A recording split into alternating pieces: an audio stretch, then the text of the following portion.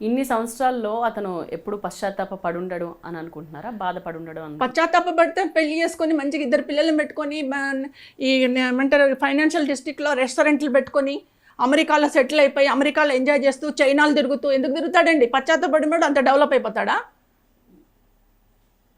అతనికి ఏం బాధండి? అతనికి ఇంకో పెళ్లి చేసుకున్నాడు. మా కుటుంబం అన్యాయం అయిపోయింది కదా, నా బిడ్డ పోయింది కదా. అతనికి ఏం ప్రాబ్లం ఉంటుంది? అతని తల్లిదండ్రులకి ఏం బాధ ఉంటుంది? అతని కుటుంబానికి ఏం బాధ ఉంటుంది? They are enjoyed the life. నాకుంటుంది బాధ, బిడ్డను పోగొట్టుకున్నాను కాబట్టి. నాకు ఒక్కటే కూతురు, ఇంకా కూతుర్లు లేరు. నాకు ఉన్న కూతుర్ను పోగొట్టుకున్నా. బిడ్డలను పోగొట్టుకున్న తల్లులు నడుతూ తెలుస్తుంది ఎంత బాధగా ఉంటుందో, ఎంత కడుపులో ఎంత బాధ పెట్టుకొని తిరుగుతుంటామో. ఇంట్లో పండగలు అవుతున్నా, పెళ్ళిళ్ళు అవుతున్నా, ఏదైనా ఫంక్షన్ అవుతున్నా మేము ఎంత ఏడుస్తామో. తల్లులను పోగొట్టుకున్న తల్లులను అడగండి, బిడ్డలను పోగొట్టుకున్న తల్లులను అడగండి, చెప్తారు నా మానసిక వేదన. వాళ్ళు అనుభవిస్తున్నారు కదా, ఎంత బాధపడతామండి. వాడికి ఏందండి? వాడు పెళ్లి చేసుకున్నాడు, ఎంజాయ్ చేస్తున్నాడు లైఫ్ని. వాడికి ఏం బాధ ఉంటుంది? దేశాలు తిరుగుతున్నాడు హాయిగా. సరిపోదండి ఆ పనిష్మెంట్. దేవుడు ఇంకా పనిష్మెంట్ ఇస్తాడు వాడికి.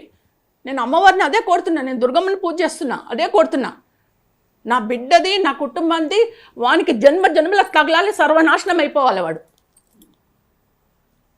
ఎందుకు దయగలుగుతుందండి ఇంకా మాకు?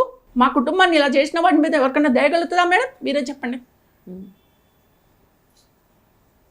అంటే ఈ నెలల్లో మీరు సరే ఇక క్షమిద్దాం అని అనిపించలేదు? ఇక క్షమాపణ ఉండదు మేడం.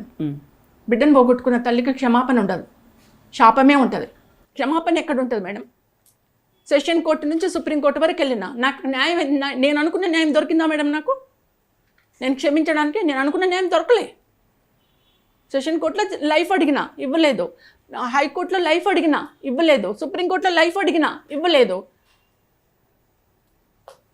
సిబిఐకి ముందే అన్ని విట్నెస్లు సాక్ష్యాలు అన్ని తారుమారు చేసిండ్రు. ఒక ఆడదాన్ని చేసేసి ఇష్టం వచ్చినట్టు ఆడుకున్నారు నా బిడ్డతోటి.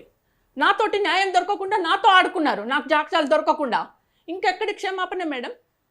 మా మీద ఎవరు చూస్తున్నారు దయ? మా మీద ఎవరు జాలి చూస్తున్నారు? అయ్యో బాధిత కుటుంబము, అయ్యో పాపం బిడ్డను చంపుకుంది, అయ్యో ఎట్లా అని మా మీద ఎవరు చూపిస్తున్నారు మేడం? మీరు చెప్పండి. ఒక్కరైనా బాధిత కుటుంబాన్ని ఆదుకుంటున్నారా? బాధిత కుటుంబాన్ని అయ్యో అంటున్నారా?